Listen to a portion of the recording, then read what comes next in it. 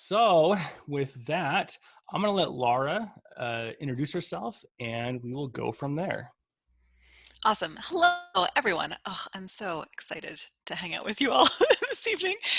So my name is Lara Hogan. I used to be the VP of Engineering at Kickstarter, and before that, I was an engineering director at Etsy. But since I stopped working full time for a different company, I started my own company, and I'm really focused on supporting leaders and managers of all kinds, all disciplines throughout whatever stage of career they're particularly at. So I do one-on-one coaching, and I also lead trainings. Typically, historically, they've been in person, but I've been really excited to actually switch over to doing many more online workshops because I get to meet so many more people this way, which is why I'm really excited to hang out with you all tonight.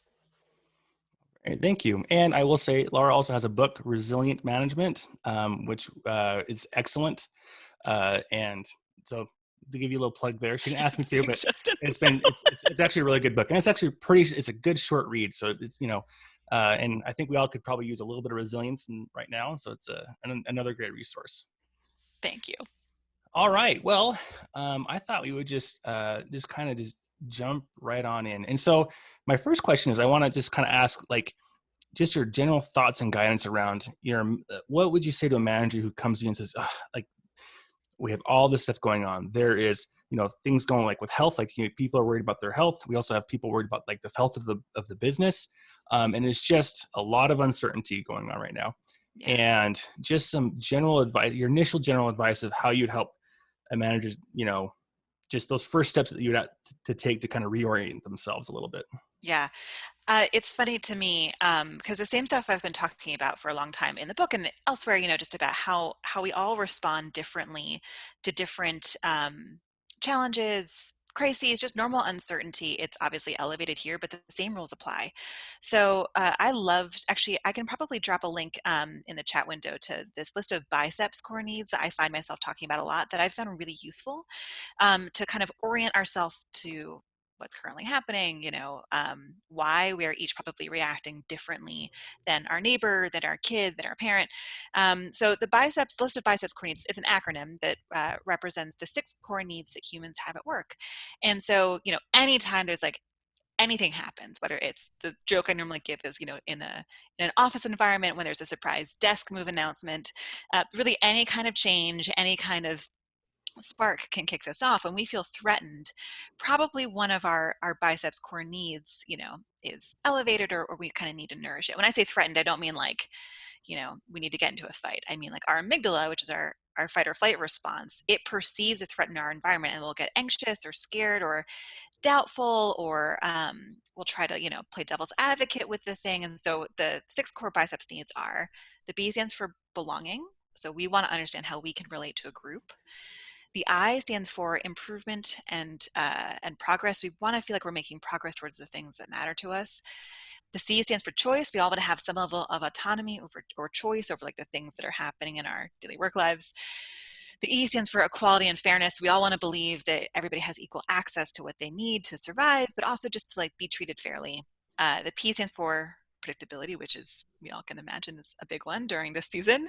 And the S is for significance. So where do we sit on the hierarchy? Where do we sit? Are we being assessed fairly? How much power do we have? Are we at the right level? Mm-hmm. So at any time, any of these 6 core needs might feel threatened. And right now, obviously, lots of folks are feeling at least one, sometimes multiple of these core needs. Like for me, predictability is the number one thing right Mm-hmm. now. Like I just need to have some sense of like what on earth is going to happen in the future. Yeah. Just give me something to No, cling to. no, definitely. Well, and it's interesting. I've read some of your blog posts, and I thought, like, for me, like, what core need was being effective, and I thought it was, predictability. I'm actually a pretty fly by the pants kind of guy. Like, things that are outside my control, I have a really good time of saying, it's like, that doesn't bother me. For me, Yeah. it's been control. And as I've Yeah. been thinking about it, is seeing like, especially like, for lack of a better term, like being able to go to an office and have a schedule and Yeah. being able to, interface with coworkers. And specifically, I love my children, but being able to like have some time where I don't have to worry about my daughter, climbing on my lap in the middle of a meeting with like a poopy diaper. And I'm just like, Totally. I'm just like, someone come change our diaper, please. Oh wait, there's no one. Okay, let's hold the meeting. Let me go change the diaper. Yeah. And so for me, that was like, it's really been in control. And one of the good things of recognizing, at least being able to name and recognize it, is then I can say, oh, I understand better what's going on, and now I have the opportunity to go and see if I can find how to make control in other different ways. So I can maybe satisfy in a different way that need that is being threatened, as you Yeah, would put. precisely. And I think that what's wild about this is like probably you when you sit on to work and you're talking to folks, you're thinking, I'm having like I need some more control. You're probably then easily assuming everybody else around you is also hungry for this thing. It's easy for me to assume everybody else around me wants more predictability. But for any individual stimulus, we all react completely differently. So Mm-hmm. which means that as managers, we have to be hyper in tune to the fact that what's affecting us or how it's affecting us is going to be different than how it's affecting each of our teammates, not just in the obvious ways like, I don't have kids, you have kids. There's going to be an obvious difference in the way that this bananas time is affecting us. But just with the same things happening, someone might feel like, I was talking to somebody who just, they are every single day feeling so depressed about how basically unfair this is for members of marginalized groups who are disproportionately affected by this disease because of institutionalized racism. So there's that equality fairness coordinated for them, which is the most prevalent. So for all of us, we're going to have different reactions to this. Think about this and need different things during this time. So as managers, it's so important to like not assume, instead ask a bunch of questions and try to figure out which aspect of this or which of these biceps core needs might be most threatened to our teammates. Interesting. So, if what advice would you give to a manager who, because it might feel kind of say, okay, I have this information. Okay, I need to ask my teammate like what bicep is being threatened. They're going saying, Yeah. hey, which of these biceps is not good for you right now? So, what would be some Right. advice to have that conversation in a way that is not going to feel make it less awkward? Totally. Totally. Well, it's funny. I'm such a weirdo that I've been talking about this with my teammates. So I've hired a couple of coaches. So it's easy for us to have like, hey, which of your core biceps needs is threatened right now conversation. It's obviously not, normal to talk about for most people.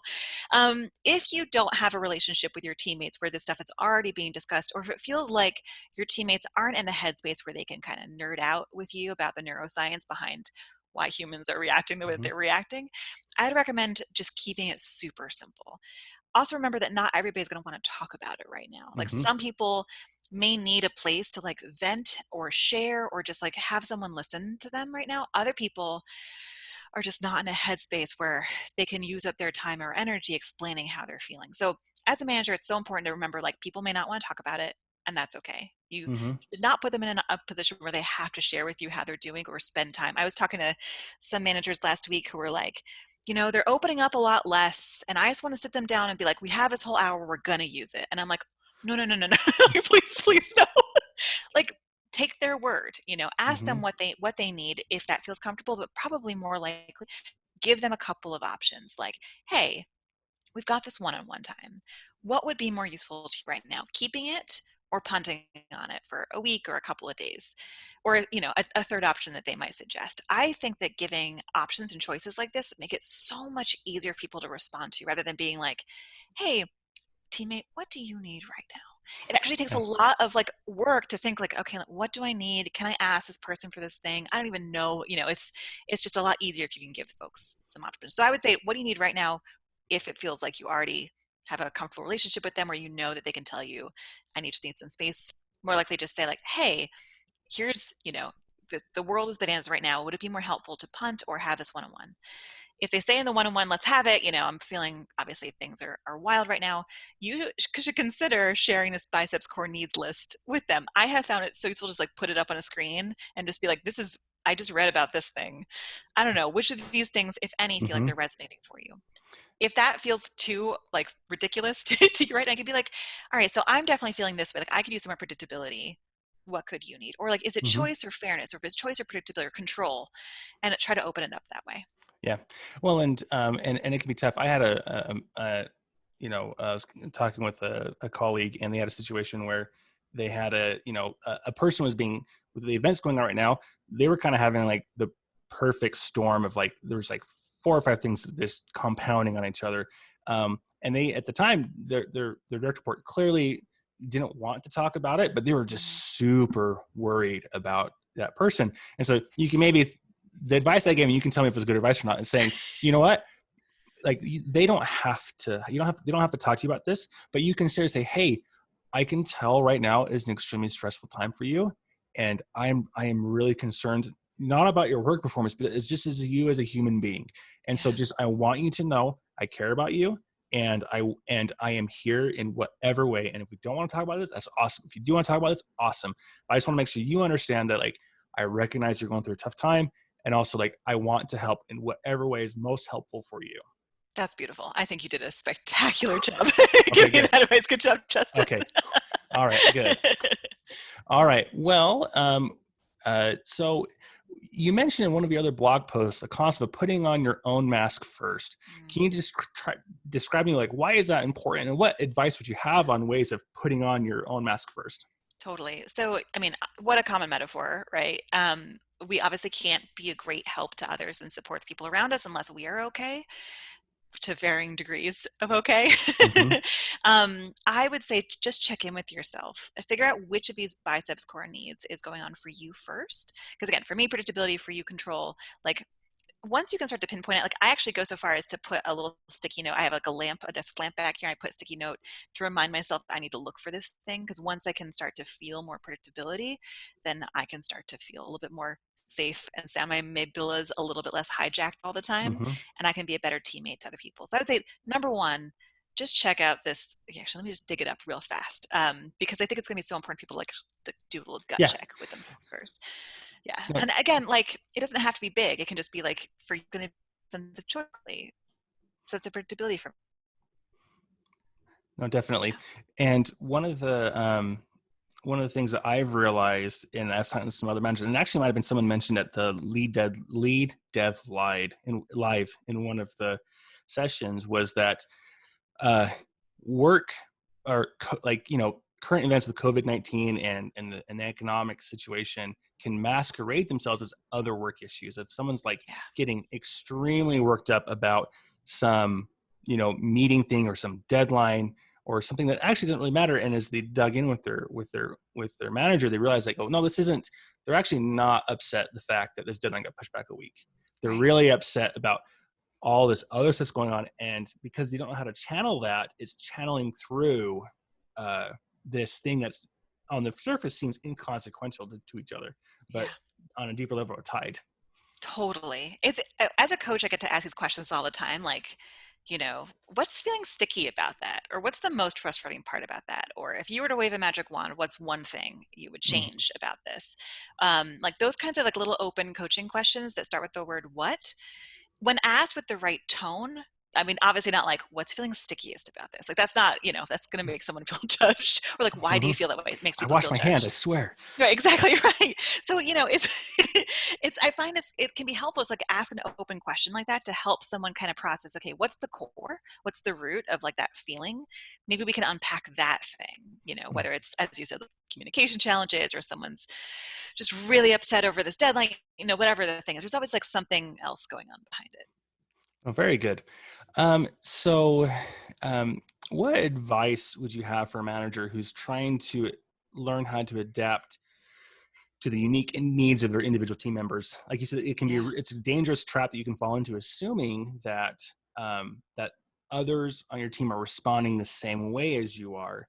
And so how do you go about trying to first understand how their needs are different than yours, and like the needs that they have, and then being able to go to Yeah. meet them? Right. So I get really clear in my head first about like where's the party line and whatever it is that they might be upset about or might need right now. Like maybe they need unlimited time off right now. What is the Mm-hmm. company policy? And I need to know this as a manager before I start talking to my Yeah. team and say what's cool, what's not cool. So I like to recommend that managers have like understand the party line or understand the company line, and then understand their own spin on it, or like what's their personal take. So let's say it's unlimited time off. I might say, okay, the company can give you 15 days.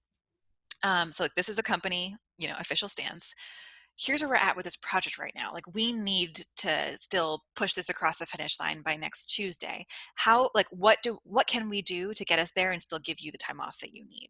And I, Mm-hmm. I want to be able to partner with this person to help figure out like, okay, Is it, maybe it's time off and they already have a good backup plan. Maybe it's we push this deadline back. Maybe it's we Mm-hmm. pull in people from other teams. Maybe I want to like partner together once I already know what our established, company line is. Obviously during this bananas time, things are going to have to shift and move around. So as a manager, you also need to go to bat for your people and make sure that you are pushing back with the company as much as you humanly can to make sure that they have what they need. Because at the end of the day, you want to invest in these people long term Mm-hmm. and not just make short term decisions right now, even though it's almost impossible to feel like we can do.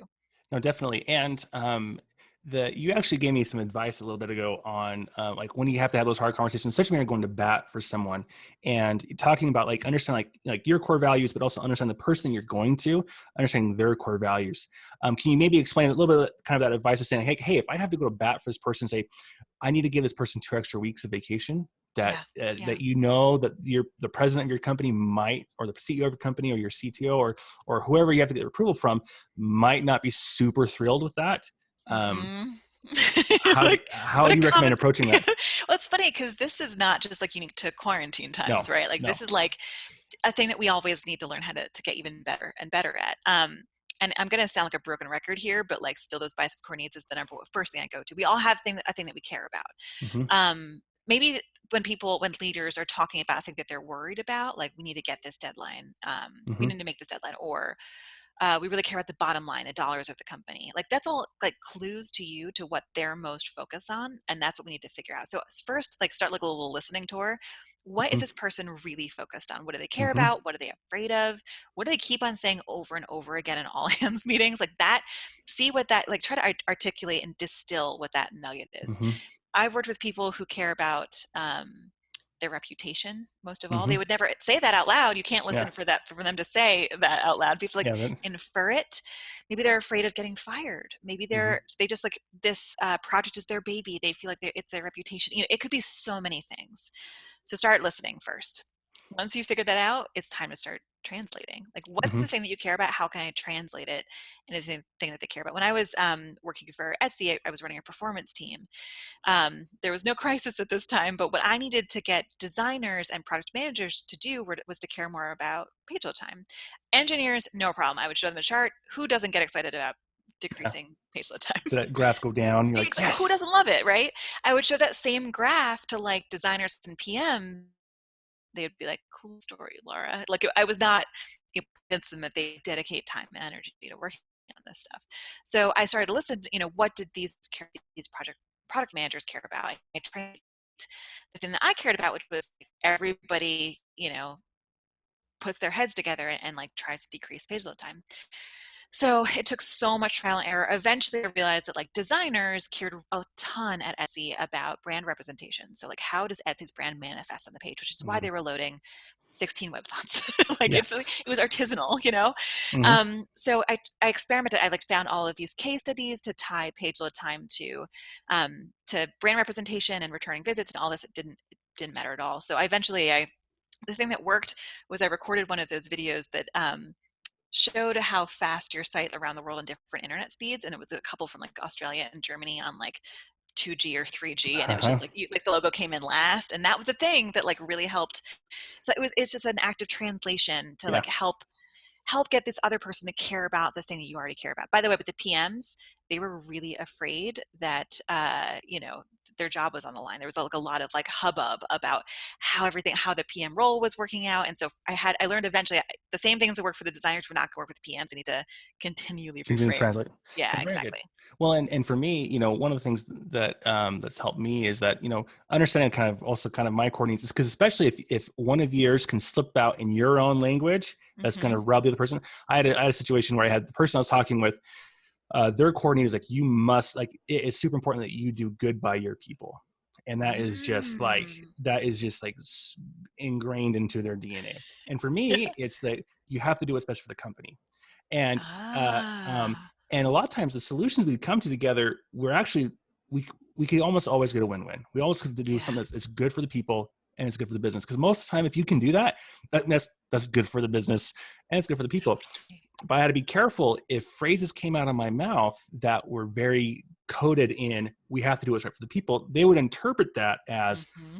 we have to do what's not good for the people. So I always had to like prepare ahead of time and say, okay, how am I going to phrase this? How am I going to pitch this? And then also be kind of aware of like, of a couple like, of like how I wanted to present it. And then a few things, if the conversation starts to, evolve and questions I wasn't anticipating getting asked, things of like, when we talk about this, I have to make sure I just can't say, I can't say the phrase, well, we have to do what's best for the company, because that will Yeah. immediately trigger their Amygdalas. amygdala, and be Totally. and the goal I'm trying to get for is no longer going to happen. And even though like we both actually have what's best for the company in heart, it's just we're talking two different languages, and it's just Yeah. very an interesting thing.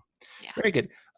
So one of the interesting things that, and this is something that I have found, is when I was in the office, I would rely on what I call by my drive-bys, in the sense of like, I would just kind of walk around the office, and see how people were doing and check in with people. And I use those in kind of, random happenstance, ad hoc, receiving an inference points of like how things are going. Now that we're all at home, my sense of like control as a manager, once again, control is a big thing for me, is just like, Mm-hmm. oh man, what is going on? And so, what advice would you give for a manager of how to stay productive and help be included into what's going on with their teams, Yeah. supporting their teams, and also not driving them insane crazy by Right. perhaps doing things that are going to drive them crazy? It's it's so well intentioned. I've seen a lot of like very well intentioned managers be like, "Hey everybody, let's have like a happy hour Zoom chat," and someone's like, "Let's lunchtime on Friday, like let's all hang out." It is so well intentioned. Like I see some managers just trying to like Mm-hmm. get everybody to feel better, get a temperature, get a read on the room. Some people will love it, right? Some people on the teams are craving that, Mm-hmm. water cooler time. Other people need to change a poopy diaper. Like they just cannot right now with another thing that now they're obligated to it go and do that's it literally synchronous. stinks right now. Like Right. Like I literally can't get up right I have now. a crappy So situation, literally. yes, right. So what I would personally do is just get a read from one-on-ones first to see, like take a temperature check from everybody in Mm-hmm. one-on-ones to see how are people feeling, what do people need. Again, maybe it's more social interaction, maybe it's just for now, only prioritize one-way communication.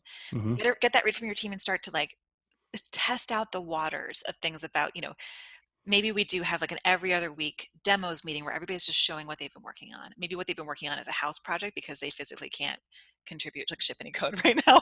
Maybe Mm-hmm. what they've been working on is actually something like a new feature. But whatever it is, to start to like introduce it slowly, get a read from the room. Don't just assume that you're helping because you're bringing people together. Definitely like run some experiments. No, definitely. And I just had a follow-up question, and then in Carmody fashion, it just went away, and I was like, no, come It back. happens. It'll come back. It will definitely come back. So, what would you say about? It was such a good question. It's really bothering me now that I can't remember it. I'm just gonna have to let it go and then come back to it when it comes back, because it will come back. Hmm. So At let's 2 a.m. yes, hopefully not soon. Hopefully like in the next 5 minutes. Um, so I want to have a conversation on transparency. Mm, So not only is COVID-19 and things having an impact with physical health, and we're doing a lot of social distancing and trying to keep everyone healthy. That's having for many companies a serious financial impact. yeah. And so for many managers, this might be a first time where they're going into a situation where like it's like it's just hard. Yeah. And there's that desire of being transparent, but like, what are some guiding principles or ways that managers can approach transparency in a safe way that's good for their employees and doesn't cause them to freak out, if Yeah. like in ways that they don't need to freak out? Totally. I think that was Camille Fournier who, on the lead dev panel, said something great about how people are just going to make up stuff in the absence of information. Like the Mm-hmm. rumors are going to fly if you don't actually share transparently, or at least like, make it clear that you're working really hard at sharing the Mm-hmm. information that you've got. So definitely don't err on the side of too little information Mm-hmm. is avoiding it.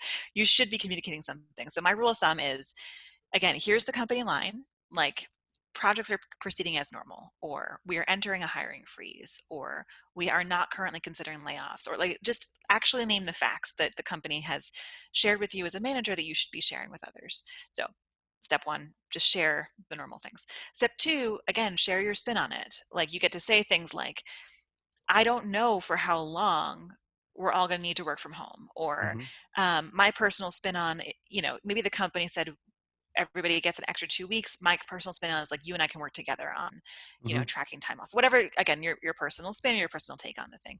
And then step 3 is sharing with them when and how you will share additional information on this topic. So say, hey, okay, every Mm-hmm. single Friday, you'll hear from me via Slack any updates about deadlines, or in our one-on-ones, I will continually update you on, how we're thinking about our hiring process, whatever the thing is. That way they know in what medium and in what cadence they can expect to hear from you next. Because the worst thing is for you to say one thing and then they will never hear from you on the topic again. That will Yes. still breed more rumors going Yes, no, forward. no, absolutely.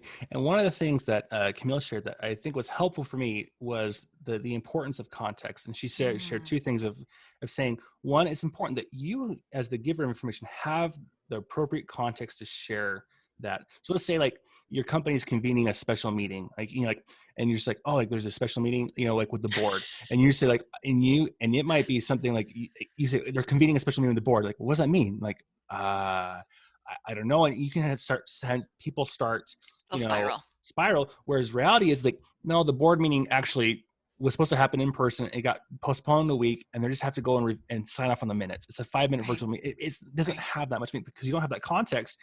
You can actually send people spiraling.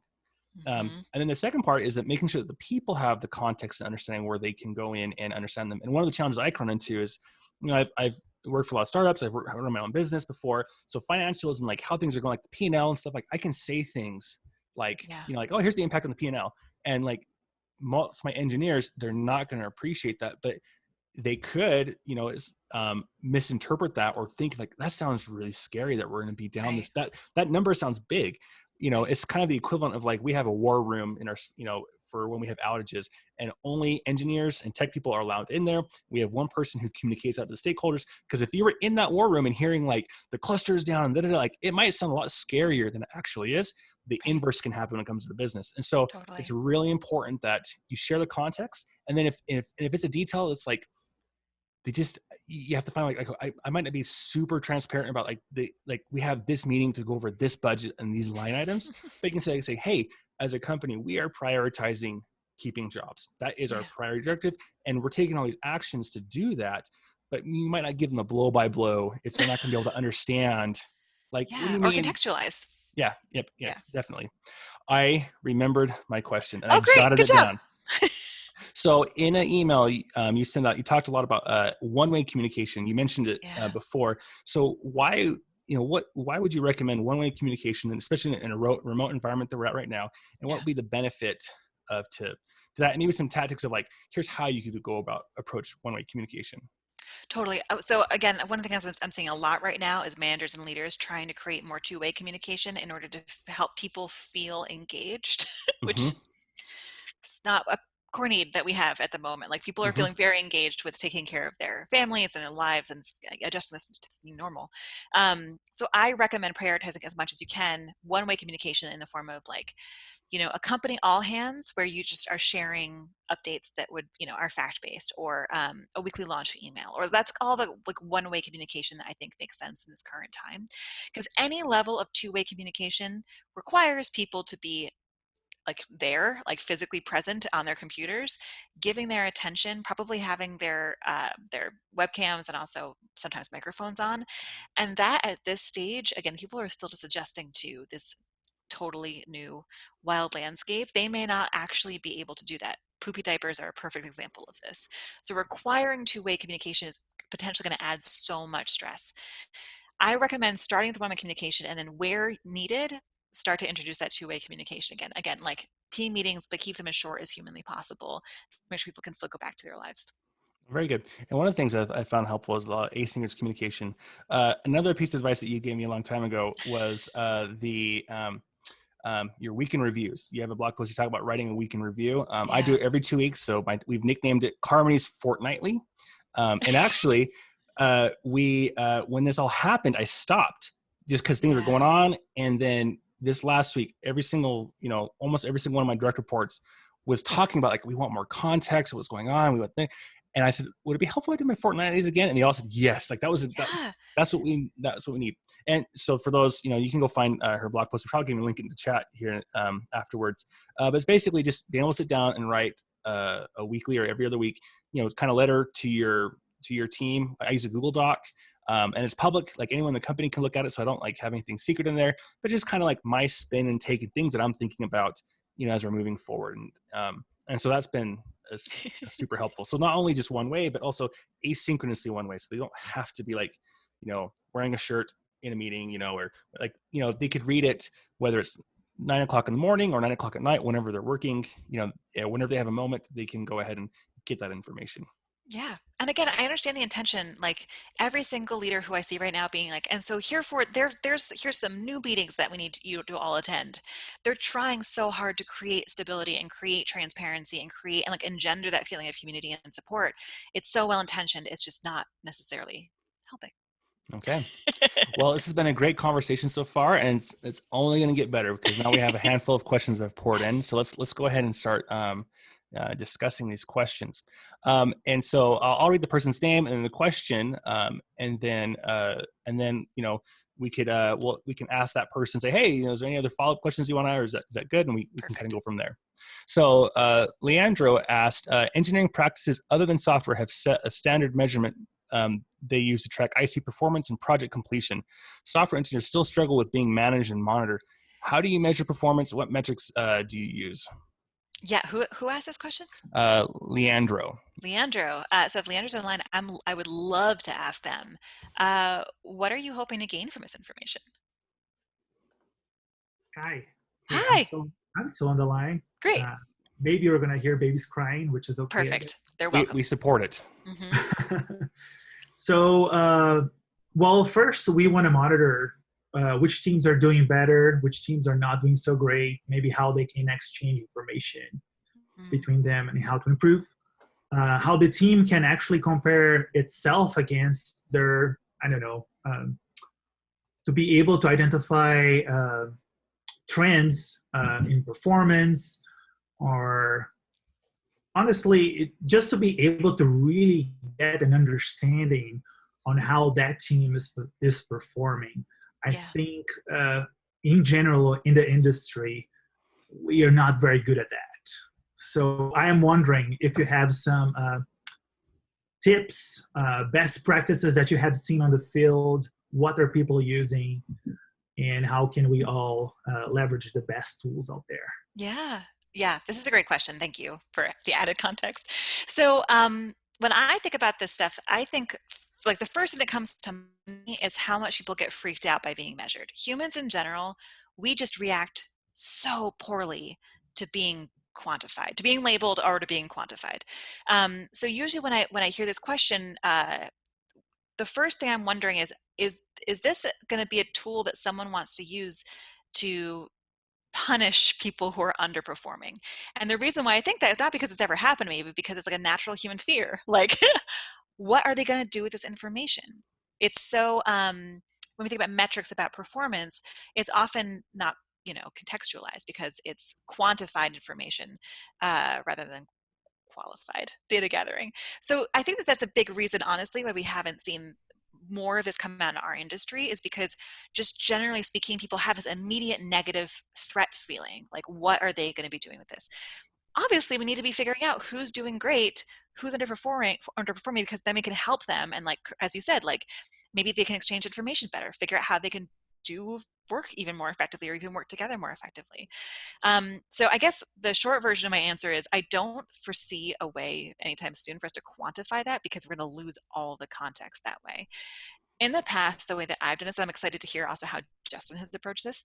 I mostly just talk to people's, because I've worked with platform teams almost exclusively for my career. I talk with my platform team stakeholders. So let's say I'm running the performance team, right? For all the feature teams who rely on my performance team's work, how are they finding that relationship? What needs have gone unmet? What questions have gone unanswered? What was a positive surprise for them in the last quarter? What was a negative surprise for them in the last quarter? That's not a performance metric in the like how many hours a day are people working, but it's is this team doing their jobs question. Yeah, and that's a fantastic question. One thing that I've kind of focused on is I use the concept of Schrodinger's box or Schrodinger's cat. We have a cat in the box, if it's alive or dead, and there's consequences for opening the box. It changes the outcome.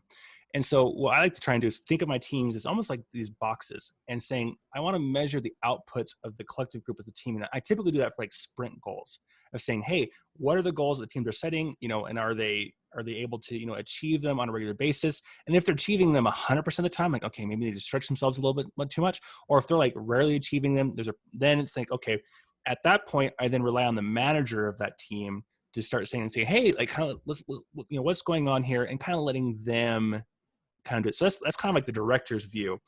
And then the other part I rely on are retrospectives, and saying like the team kind of collectively has ownership of those goals.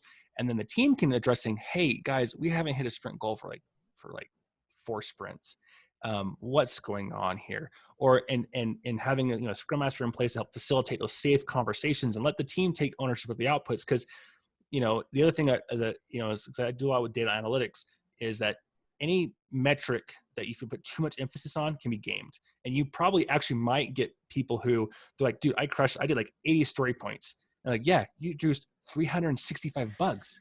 Like, congratulations. Right. And so that's kind of, it's hard because sometimes like your non-technical stakeholders want like, I just want quantifiable metrics that tell me this is good or not good. And typically for me, shipping features or hitting those goals is as close to that as I can get, because it's simple to understand, and without diving into like the lines committed, because then all of a sudden you get very verbose things. So that's kind of how I approach that. Leandro, did we answer your question? Okay. I think this is the best answer I ever got. I was just It's a low bar. I was just wondering if there was maybe something out there that I was missing, honestly. The thing I use is, we use like story points and velocity, but we never compare that across teams. That's a team for a team to measure. It's like they're carrying the coal mine, but every time we introduce that, there's always a stakeholder who wants to then get the velocities for all the teams and put them up and compare. And I'm like, as soon as you do that, we lose all meaning. Yeah. And so it's hard, but a fantastic question. Yeah, it's a great question. Okay. Thank you, Okay. Rob Skidmore asked the question, what do you do when people want to talk too much? What is the line between manager and therapist? This is a great question. Oh, it's a great question.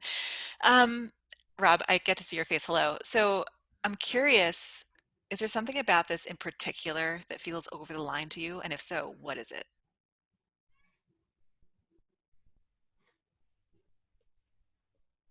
Let me unmute myself.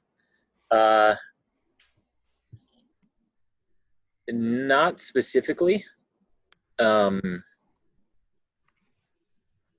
Obviously, I'm not a therapist. Right. I'm an engineer. Right. I'm not qualified to deal with people's problems at a certain level. Yeah. And there's people on my team that are dealing with really, really, really hard personal issues. And enough so that it affects their work. And I don't know what to do for them beyond saying, hey, I got your back. Yep. We know this is tough. We're here for you. We understand. That's it. That's beautiful. Just like first things first. That's beautiful. That's more than 98% of people receive from their manager. So kudos to you for saying so clearly and definitively, here's what I'm acknowledging, here's what I'm seeing, here's the facts, I'm here to support you. So well done.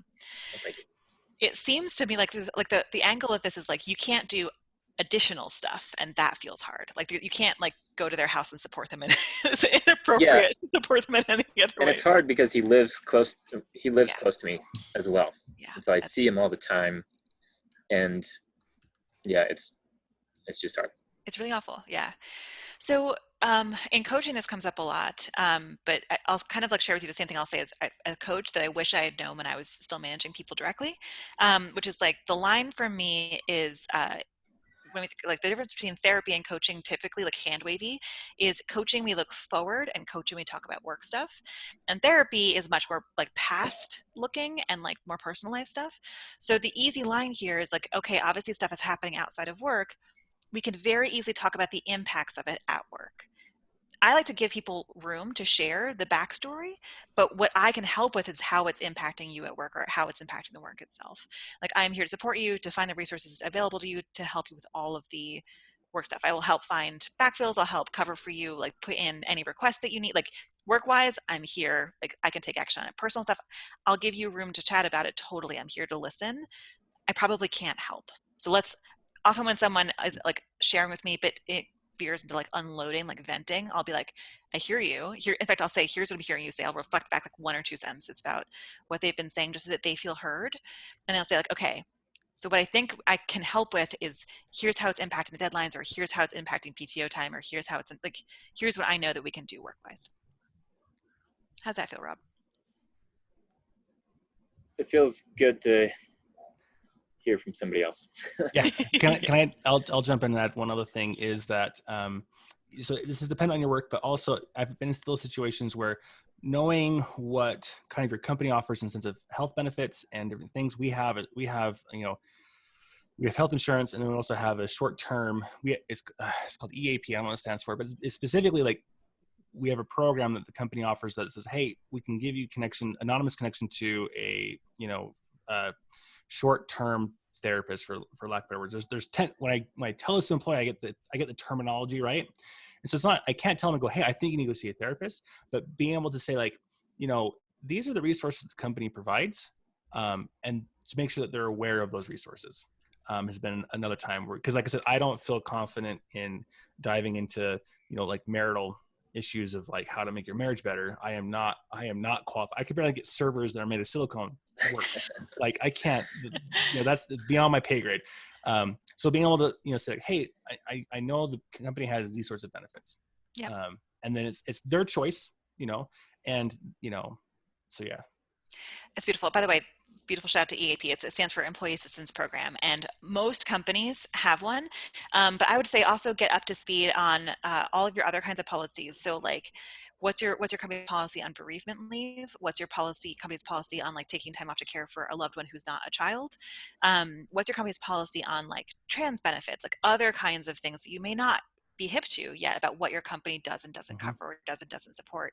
I posted a link in the chat to a resource that's just like a list of all the things that managers can start to think about and like start to gather information on. This was written many years ago. So it's like you can definitely find additional resources now that might be more supportive during these times too. And like I said, I'm lucky where I'm at. We have an awesome HR department. Our head of HR, she's amazing. And so there's times where I can go in and just ask questions. I'm like, okay, like, I need to put your HR hat on, and we just need to talk HR, like, confidentially. And I've gotten some good advice from them as well. That's great. Okay. Is that a good, helpful answer for you, Rob? Very helpful. Thank you. All right. Awesome. Excellent question. Okay. This feels a little bit like a radio call-in show. I'm really digging it. All right. We have a follow-up by Lele. I'm going to Neria. I apologize if I get people. When I talk to people and meet people in person, I specifically ask like, hey, how do you pronounce your name? So I can make sure I get it right. I feel very strongly about that. It's hard in text form. I don't get that chance. So I apologize. But for Lele, she had a follow-up question like, how far do you go in offering the support if it goes on for months, years, / possibly impacting the team? Totally. So if I'm understanding, like these things are impacting the team to the point where it's Yeah, you got to have a line. So historically, when I've like been, supporting people who are going through tremendously difficult times, I've learned it's been helpful in my head to define for myself when, not when the support can end, but when I need to make an enormous change. So as an example, we had someone who was just really completely unable to show up to work on time. Lots of reasons why. And I really genuinely try to support this person through making adjustments to their lifestyle, their commute time, their, like everything. It gets to a point where you got to say, like, this is an inappropriate amount of like energy I'm expending on this person, but also the whole rest of the team is affected. So for me, my metric is usually like, how is the rest of the team affected by what's happening with this one individual? That's not just true during crises like this, but also true during like performance improvement plans and other kinds of like feedback loops. So how is this whole team being affected? If the whole team is negatively impacted, whether in terms of their energy levels, their ability to get other work done, the deadlines just keep on slipping, just have in your head an idea of how much is too much. Before you hit that line, it's time to loop in HR because they can help you figure out, is this line right, wrong? Do you need to keep on doing other things to try to support this person? But again, in your head, have a place where that line is drawn. All right. Any follow-up questions, Lele? You're muted, or we're not hearing you. Okay. I also think you have the best non-virtual background right now. It's gorgeous. All right. Okay. Next up, we have Kevin Tams. How do you motivate during this difficult time but not give false hope?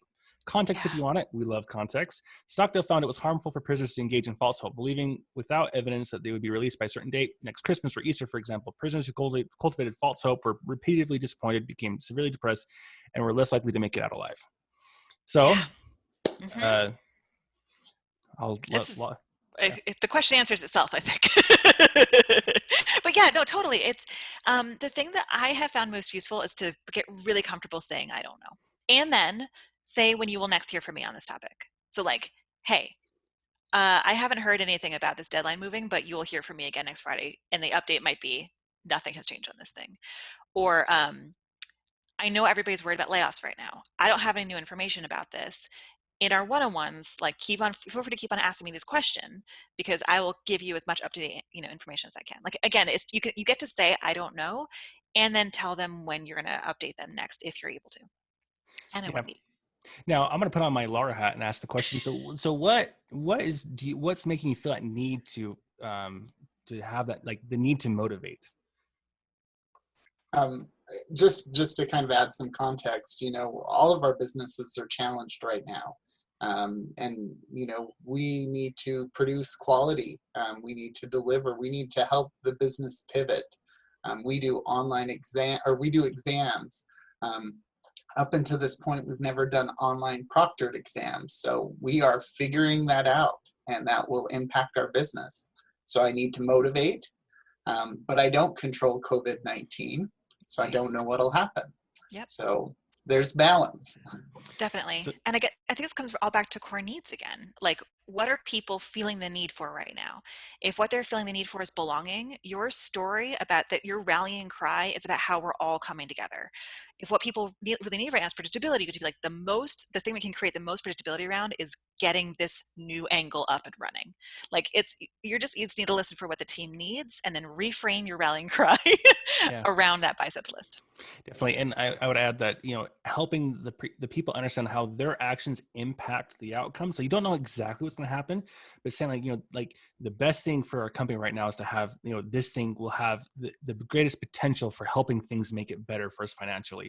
Tying how their output and their contributions give them a little bit of control and be able to say, hey, here's how I'm going to hopefully give the best shot to get a better outcome than otherwise we would have. Yeah. Although just your biceps core need was showing there. It's like some people may not care about the company's bottom line, right? Some people might, totally. Mm-hmm. But like, again, you're going to have to probably tailor that message based on the people that you're talking to. Oh, absolutely. And the end goal for me is no matter what the outcome, I want my team members to have grown and become better through this. Like that's the core result for me, because no matter what happens, if that's happened, I had success. Now I really want the business to be successful as well. But as a manager, that's my first core value. Right. So again, you get to say, here's the company line. Here's our new North Star. Here's my spin on this. I want to make sure y'all are growing. Here's what we can do to move forward. And here's when hear from me next. It sounds like you've got a good thing going there, Kevin. Good. All right. Okay, we have another one from Rob. He says, I'm at a small startup. I wear both the manager and individual contributor hats. If I stop writing code, we go out of business. If I stop managing, we lose our people. How do I find that balance? What are the requirements of a minimal viable manager? Yeah. Rob, I wish I could just give you a one-line answer to this question. That would be great. Yeah, sorry. I mean, this is not just true during COVID-19, right? This is true for the rest of eternity with this role. You just ebb and flow. Like sometimes what the organization needs from you, the people in the company, is for you to be shipping more often than you're managing. At other times, it's reversed. Like what I'm mostly worried about is making sure that the long term, you're not optimizing for short term over the long term. So continually doing that check-in and like measuring what do the organization need right now, and making sure you're actually supporting that. You also, by the way, get to be honest. Like you get to say, hey, here's what I'm optimizing for right now. This is a short-term solution because here's what I'm trying to solve for. This is not going to be forever. Or you get to say, like, I wish I could do X instead of doing Y. That's today's thing. I'll update you in a month on how I'm approaching this or how I'm splitting my time. Good. What do you think, Rob? That was great. Thank you. Okay.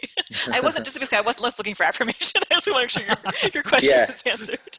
Yeah, no, that definitely answered it. Thank you. Definitely. Okay. Now, if you have any other questions that are tumbling around your brain, this is a great time to go ahead and drop them in the chat. Because I have the last one that H is putting into my document to look at. We've come up on. So if you have any lingering questions, now is the time to put into the chat. Okay, this is from Eileen. Does using velocity as a measure ever have an impact on what gets prioritized based on how it impacts velocity? Yes. But Justin, I think that you probably have a lot to say on this issue. Yeah. So so for me, the most important thing is when it comes to velocity, it's all about the ability to be able to plan and predict and kind of and know how things are going to get done. And so with a team, I look to try and say, hey, like what's a good stable velocity this team can get on a regular basis, whatever that number is for you guys. That is, you're able to go ahead and ship that out. Then the other most important thing is, as people plan, if you have a good product owner, is that before any commitments or plans are solidified, they go to the team with that same estimating system and have them estimate and take that into account. If they don't, then your velocity, the company missed out on an opportunity to, get a lot better insight and make a better decision. Because a lot of times what will happen is we just went recently with one of our teams where we have a very big core feature. My inner values are going to show again. It's, have a big impact on revenue for the business. It's really important for the business. There were a couple of nuances to that feature that drastically affected the amount of time it would take to build, versus it actually that nuance didn't impact the revenue that much. And so when we kicked it off the team, they came back and said, hey, these parts are super gnarly. Can we change the requirements to go in and we can do slightly different, and will that work? And our stakeholders came back and said, oh, I didn't realize that one little nuance thing would make a big difference. And so that we were able to go in and tweak the requirements and be able to reduce the scope, from engineering by half. And the people actually had no idea that this one little thing was super hard. But as an engineer, you're like, I'll have to find the XKCD comic where they show a person's like, hey, I want to build an app that, takes a picture and lets them know if they're in a national park. And the engineer thinks, oh, that's that's not too hard. Call an API, the geolocation, call an API to get that's super easy. And then they added the requirement, and I wanted to tell what type of bird is in the picture. And this is before machine learning was super popular. And the guy's like, oh, I need like 2 years and a research team. Where it's like, those are 2 requests. So that's, something that could be helpful. Did that answer your question? Jesse with a quick XKCD link. Thank you. Oh, yes. Awesome. Okay. All right. Okay, Kevin, back to Kevin Tams. My company doesn't have an executive coaching program. What would be your sales pitch to my CTO to start one with you? Yes. Oh, it's so funny because, again, everybody's core needs are different, right? So probably this is always going to be specific to what your CEO cares about. Like maybe your CEO is really concerned with how they're using their time. In that case, it's really easy to make that pitch. Like, you can't give your time to every single individual. Don't you want these people to have all the support that they can possibly have? look, here, hire a coach, everybody. Or maybe the CEO really wants to have a sense of significance. You'd like, the best way that you can help your people is to give them custom tailored support. Again, it's all going to be based on the core needs. The one that I find is most effective is this concept of a manager Voltron, where if you're familiar with the 1980s television character, it's like a big thing made up of like little individual lines. If you imagine your network, your support network is made up of each of these individual parts. So like the arm and the leg of this Voltron are each going to be different people, and they're all going to make this superhero manager. I think that a coach should be at least one limb in someone's Voltron. And you got to find other people too, right? People who are good at giving feedback, people who are good at coaching, mentoring, sponsoring, people who have a great politically savvy eye, people who are great visionaries. Like there's going to be so many important that make up overall Voltron. I think having someone with an honest outsider's perspective that has no horse in the race of your organization can be really, really, really important, like to helping someone grow. Definitely. And if I don't know, Justin, can you make the code? Yeah. If I can go ahead and add some context too, because I have gone in and successfully and also failed making these pitches in the past, and especially because sometimes you can go look at the cost of an executive coach. If you look at just the cost, like per hour, when I first pitched this to my boss, he thought of that and he's like, I don't think we pay our lawyers that much, and that was the wrong pitch to make. But if you go in and say, look, this person oversees a department of this size. This is the number of people. And and if you look back and say, look, we had a handful of people leave because of different premiums. What's the opportunity cost there? What's the hiring cost to say, I know this is a little bit more expensive thing, but if we can take this crucial executive and make them that much more effective, that can have massive ripple effects where we go ahead, we're already paying a lot of money for this whole department. If we can make that department so much more productive, that's a huge, and that's a huge upside. And the cost in that sense is not that much. And so yes. Kevin, did that help? Yeah, it's a great pitch. It's the idea. My last company did have executive coaching, and I really appreciated it. And this one doesn't, and I'm missing it. Now, I must say that this meetup does fill a need. It's great to come here and hear from other people. I learn from everyone else every day, but sometimes I need someone to show me my blind spots. Yeah. Mm-hmm. And that's the difference. I find it's really hard to kind of demonstrate the difference between advice giving, so like mentorship, and coaching. So mentorship, like I've been doing a lot of mentorship on this call, like just sharing advice and perspective and tips and blog posts or whatever.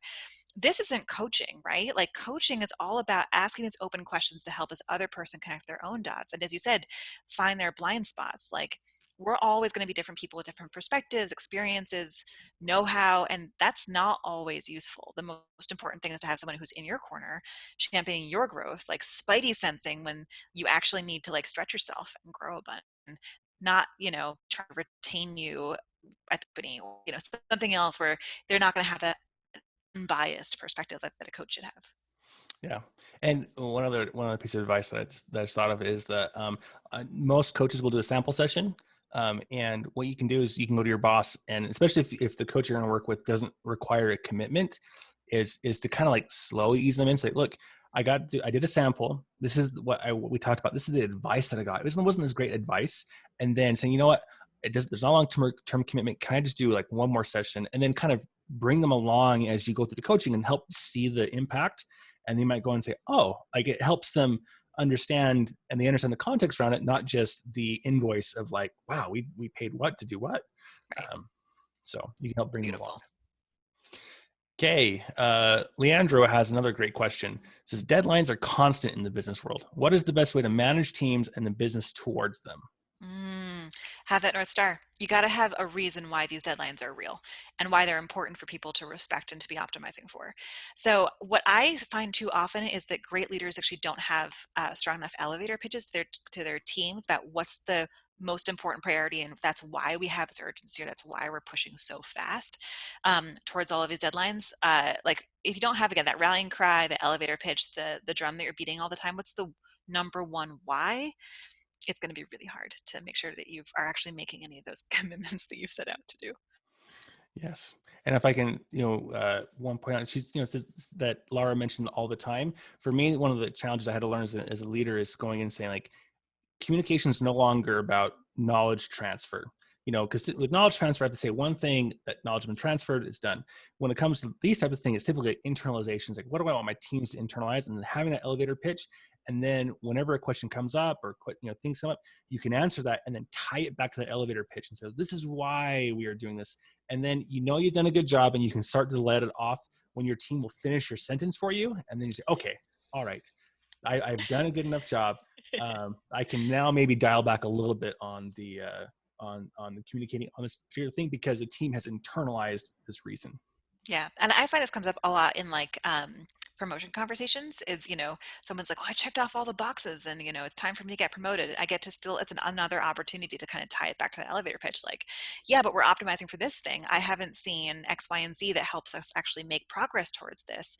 What can we do to further our teams towards that number one goal? And again, deadlines are going to play a huge part in that.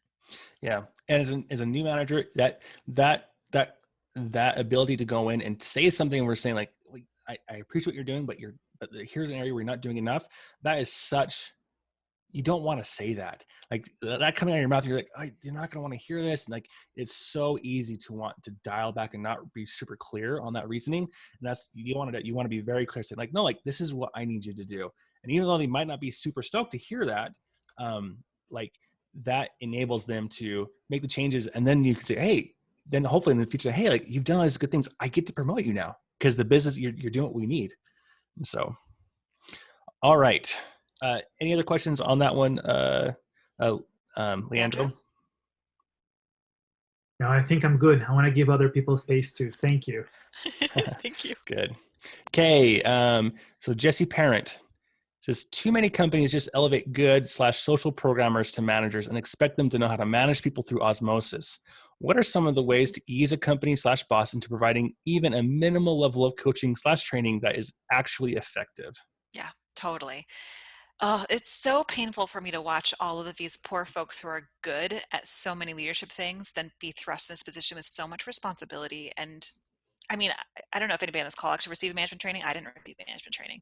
Like, it's so hard to do this successfully. Everybody learns differently.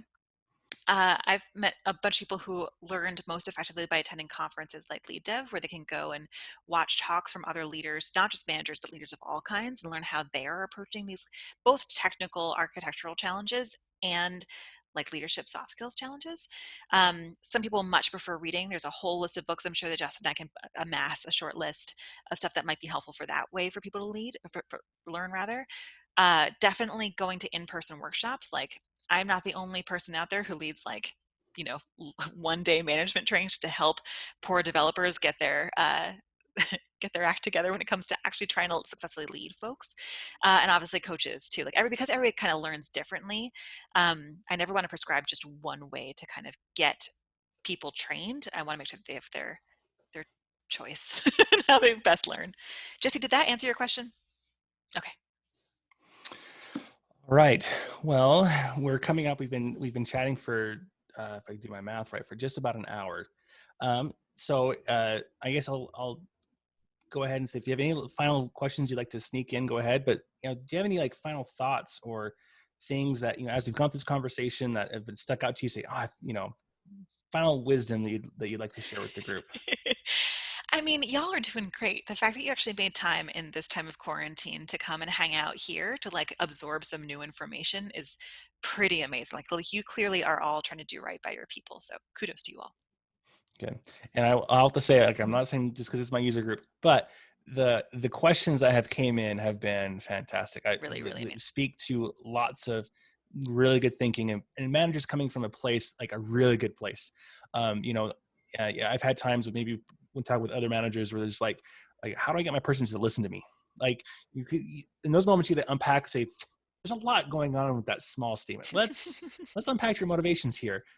So like, all right here is good. And I'm seeing mentions in chat about imposter syndrome. Yeah. It is totally real. But you guys are all doing a super good job. Yeah. Well, I don't see any last final questions coming in. So Lara, thank you so much for joining us. It's been a total blast doing this. We really appreciate you taking the time, and all this advice that you've shared. I am glad we're recording, because like there are multiple moments where I'm like, I just want to take notes. I can't take notes right now, because then I won't be paying attention to what we're actually the conversation. Hope we can share like a bunch of resources, I think, after this too, along with the video. Definitely, and we can go ahead and compile those. We have that document. We can compile those, and I can post them in the meetup afterwards. Perfect. All right. Thanks everybody for having me. It was an honor. Thanks, Lara. Stay safe. Okay. Thanks everyone for joining. We'll look forward to doing one of these again next month. And historically, we would all go to JCW's and get the mini shake, and someone would order the small and get a giant shake. For whatever reason, their smalls are like this big, and shoot the breeze. I don't have a good way of doing that yet virtually. So I'm going to sprint some mental cycles. I'm thinking that if you have ideas, please let me know, because I'd love for a way to have us, also feel that need of just like that shoot the breeze, just managers talk with one another. So please, if you have ideas of how we could do that virtually, And I mean, Todd said, if anyone wants to hang on here, like I said, this is my meetup or my Zoom account. So, we don't have to end anytime soon.